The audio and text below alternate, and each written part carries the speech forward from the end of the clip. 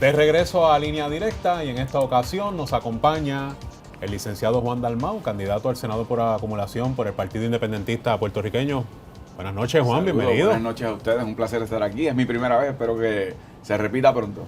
Yo he escuchado que este momento en que se encuentra Puerto Rico es un momento que abre unas puertas para que se resuelva el asunto del estatus. De hecho, he escuchado a Rubén Berrío como emocionado con este momento. ¿Realmente ustedes ven una posibilidad, una puerta para que se resuelva el asunto del estatus ante toda esta situación que está ocurriendo y que la independencia tenga una opción? Sí, yo creo que el proceso de crisis que está enfrentando Puerto Rico es un catalítico para acelerar unos procesos que ya hace tiempo vienen sucediendo. Número uno, Estados Unidos desde la década del 90 no acude a los foros internacionales para evitar que se aprueben las resoluciones con respecto al caso colonial de Puerto Rico, particularmente en Comité de Descolonización de Naciones Unidas. En segundo lugar, en los propios Estados Unidos, ya ustedes vieron como no solo los procesos en los 90 que llevaron a comités de Cámara y Senado Federal a señalar que Puerto Rico era un territorio, sino que los informes de Casablanca sí también lo designaron. Y recientemente, bajo la administración de Barack Obama, el Procurador General del Departamento de Justicia de los Estados Unidos hizo una comparecencia voluntaria como amigo de la Corte del Tribunal Supremo de los Estados Unidos en el caso de Sánchez Valle, para precisamente subrayar que Puerto Rico es un territorio sujeto a los poderes plenarios del Congreso de acuerdo a la Constitución americana. Y en Puerto Rico, en el plebiscito pasado, 54% de los electores en la primera pregunta que cuestionaba si desean continuar con el actual estatus territorial, 54% decidió y manifestó que no querían continuar con el actual estatus territorial. Así que tanto en el plano internacional, en el plano de Puerto Rico, en el plano de los Estados Unidos, ha habido un gran avance con respecto a alterar las condiciones de esa relación colonial entre Puerto Rico y los Estados Unidos. ¿Y qué debe darse? ¿Qué mecanismo o qué proceso ustedes entienden debe darse pronto para que haya esa discusión nuevamente? Pues mira, Stephen, casualmente en el día de hoy, María de Lourdes Santiago, la senadora del PIB y candidata a la gobernación, hizo un anuncio en conferencia de prensa hace un rato, en donde está presentando legislación en que la Asamblea Legislativa de Puerto Rico le exige al Congreso de los Estados Unidos, mediante una resolución concurrente, le exige al Congreso de los Estados Unidos y al presidente que tomen acción con respecto al mandato del pueblo de Puerto Rico para superar el régimen colonial y que actúen para descolonizar a Puerto Rico. Al mismo tiempo, la Asamblea Legislativa tiene que actuar sin dilación, dar marcha a un proceso de descolonización. En el caso de María de Lourdes, ya ella ha radicado un proyecto desde el 13 de diciembre pasado, en donde se hace una convocatoria para una asamblea de estatus. Yo sé que esa es una visión que no está escrita en piedra, que se puede dialogar con otros sectores, pero de lo que no hay duda es que se tiene que encaminar un proceso en donde se emplace a los Estados Unidos para que asuman su obligación descolonizadora y que desde Puerto Rico surja una iniciativa procesal para viabilizar lo que debe ser una respuesta de Estados Unidos, la estadidad. ¿Cuál es el proceso hacia esa estadidad? ¿Es viable, no es viable? ¿Obligaciones, responsabilidades?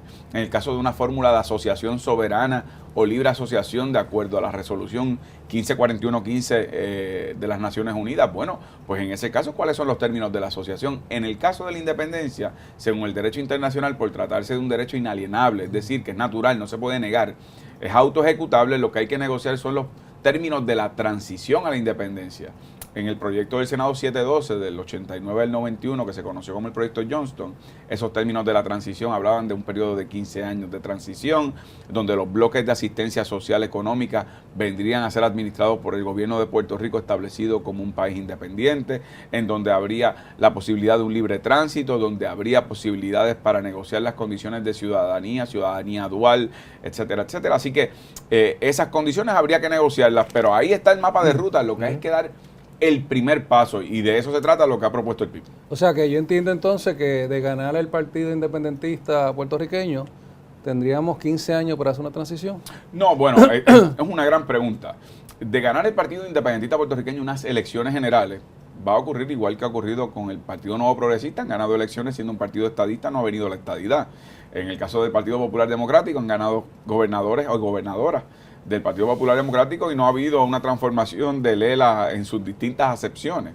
En el caso del PIB, de ganar una elección general, impulsaría un proceso mediante el cual los Estados Unidos asuman su responsabilidad política con respecto a la descolonización de Puerto Rico y creemos un mecanismo procesal que es la Asamblea de Estatus, pero buscaríamos la manera que sea una participativa en donde los que son sectores que abogan por distintas tendencias no coloniales, no territoriales, como la libre asociación, la estadidad, etcétera, pues puedan participar. Ahora bien, en el caso de la independencia, ser la opción de futuro, sin duda alguna habría un proceso de transición. No se trata del proyecto Tidings de siglo pasado, en donde la independencia se le conocía en aquel entonces como la independencia a pelo. Usted se tira de un 9º piso sin paracaídas. Bueno, pues ese no es el caso. La independencia para nosotros, segunda década del siglo XXI, superado lo que era el periodo de Guerra Fría, es una en transición, cooperación y amistad con los Estados Unidos, con otros países del mundo, integrándonos a mercados mundiales. No es como se le catalogó al independentismo, el separatismo, al contrario. La independencia es un instrumento soberano para integrarnos al mundo hacia la interdependencia. Pero de ganar el Partido Independentista, por ejemplo, mañana, van a hacer una toma de posesión, va la senadora, gobernadora a Fortaleza y todo sigue igual. Bueno, todo sigue igual no, habría unas medidas inmediatas que tomaríamos. ¿Cómo cuáles? Como cuáles, por ejemplo, en el caso de la crisis, nosotros hemos dicho que hay que incurrir en un impago oficial, completo. ¿Completo? Completo.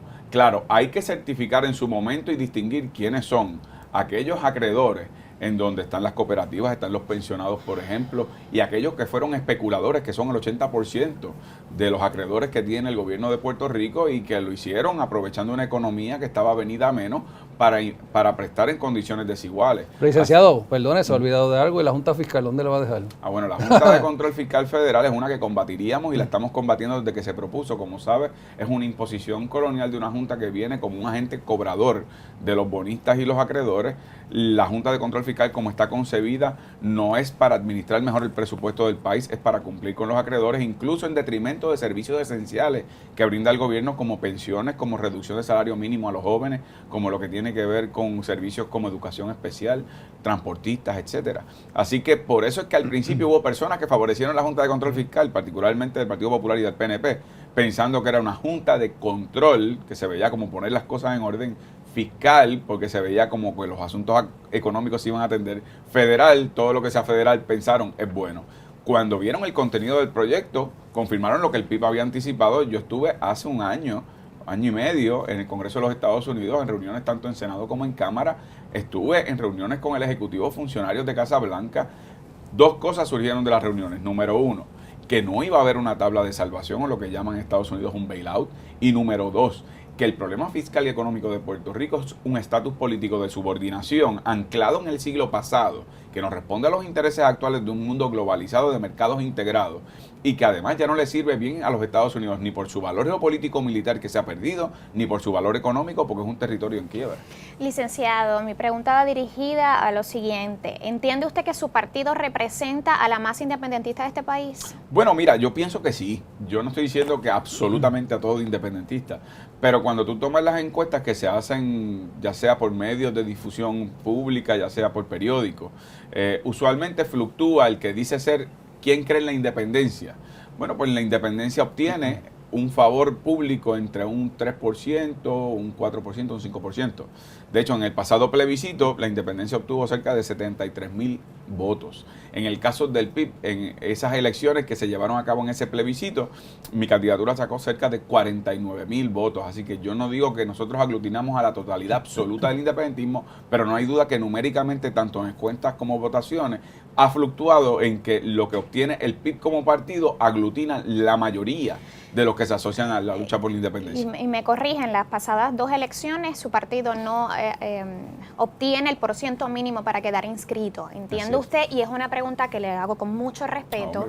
¿Entiende usted que su partido debe seguir recibiendo fondos gubernamentales para la existencia de un partido que no está representando ni al mínimo necesario? Bueno, debemos como pueblo seguir gastando fondos que no tenemos. Claro. ¿Es importante? Sí, es muy importante. En primer lugar, porque en el caso del Partido Independentista, nosotros recibimos una cantidad de fondos muy limitado con respecto a los otros partidos. Te recuerdo que el sistema de pareo para campañas políticas, los otros partidos parean hasta 5 millones de dólares en campañas de 10 millones de dólares. 5 millones cada uno son 10 millones de fondos públicos. El PIB apenas lo que gastó fue $1 millón en su campaña política. De hecho, fue el único partido de los 6 partidos que no recibió ni multas ni señalamientos con el departamento.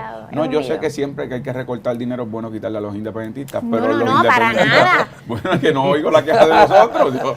Lo que te quiero decir es que los independentistas también pagan contribuciones, también cumplen con sus obligaciones. Nosotros hemos creído, para evitar lo que es el financiamiento del inversionismo político, que aquí haya un financiamiento público disminuido, que se elimina el sistema de pareo, que además se limite la campaña política de publicidad para un mes antes de las elecciones, 2 meses, eso se puede dialogar, utilizar los recursos del Estado como WIPR, y esa fue una propuesta que le hicimos a Luis Fortuño, propuesta que se le hizo a Alejandro García Padilla cuando aprobó la ley reciente de reforma electoral, pero son partidos que se nutren del inversionismo político de los que pasan factura. En el caso del Partido Independentista, ese no es el caso. Nosotros no tenemos señalamiento en el uso de nuestros fondos y básicamente lo que permite sí el financiamiento público, como usted sabe, es que haya un control del Estado mediante, en este caso, el Contralor Electoral, para evitar que haya más desmanes de lo que desafortunadamente vemos hoy día con los de Castro Fond de esta vida. ¿Vas para el Senado ahora? Voy para el Senado por acumulación y estoy muy entusiasmado en una nueva plataforma para poder impulsar legislación social, económica. ¿En qué área más o menos te vas a dirigir en términos de proyectos? O sea, educación, seguridad, economía, o sea... Mira, el tema económico yo creo que es un tema principal